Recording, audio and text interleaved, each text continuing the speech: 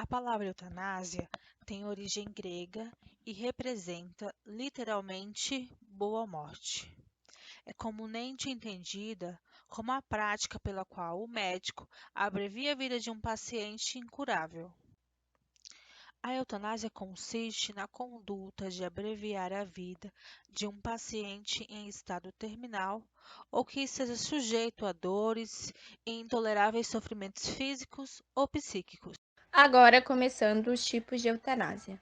O que define são dois elementos básicos, que é a intenção e o efeito da ação. Começando pela eutanásia ativa, que é o acordo entre o médico profissional e o paciente para que seja provocada a morte de imediato, sem sofrimento e sem dor, sendo consumida este ato com uma injeção letal ou medicamentos em doses excessivas.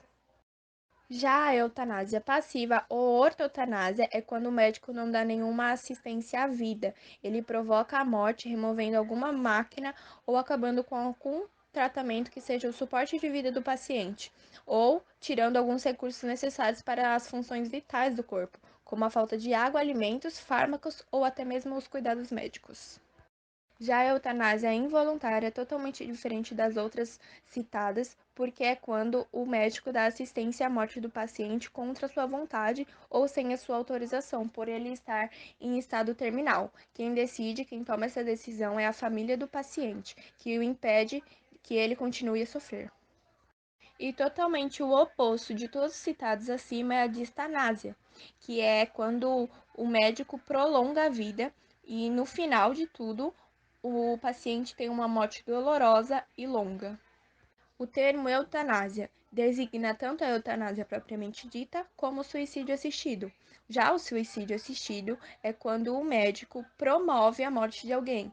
Ele dá instruções e materiais para que o próprio paciente cometa sua morte. No Brasil, a eutanásia é encarada como uma prática delituosa. Embora não seja destacada no Código Penal brasileiro, essa prática pode gerar a prisão de quem a comete, tendo pena de 2 a 6 anos de cadeia, caso comprovada que foi utilizada com o querer do paciente em questão. Do contrário, a pena pode ser de até 20 anos. Da mesma forma que o aborto e a pena de morte, a eutanásia fere o direito à vida do indivíduo. Por isso, é classificada como um assunto extremamente polêmico e que abrange opiniões.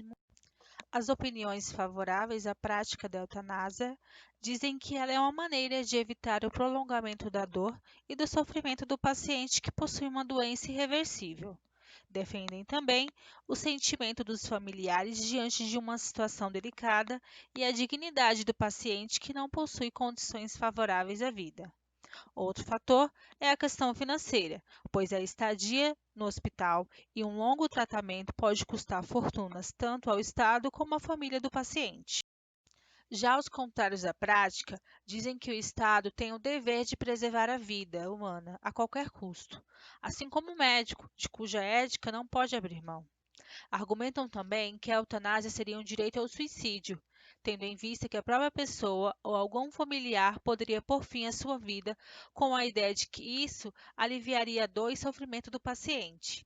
Se baseiam também em argumentos religiosos, com o pensamento de que só a Deus pertence a vida. Alguns países no mundo têm a eutanásia e o suicídio assistido legalizados. Países que têm a eutanásia legalizada são Canadá, Colômbia e Bélgica. Países que têm o suicídio legalizado são Estados Unidos, Suíça e Austrália. E também tem aqueles países que têm tanto o suicídio quanto a eutanásia legalizados.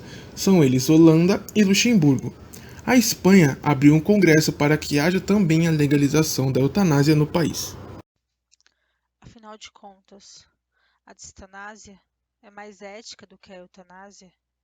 É válido ficar estendendo a vida, mesmo que a cura não seja possível, e o sofrimento excessivamente penoso? Cada cidadão deveria ter a autonomia de escolher o que é bom ou não para ele, levando em consideração a sua história e o que ele crê. A eutanásia deveria ser um direito de escolha do paciente ou de seu familiar, pois ele tem o direito de morrer com dignidade e sem o sofrimento que o prolongamento da sua vida vegetativa poderia causar.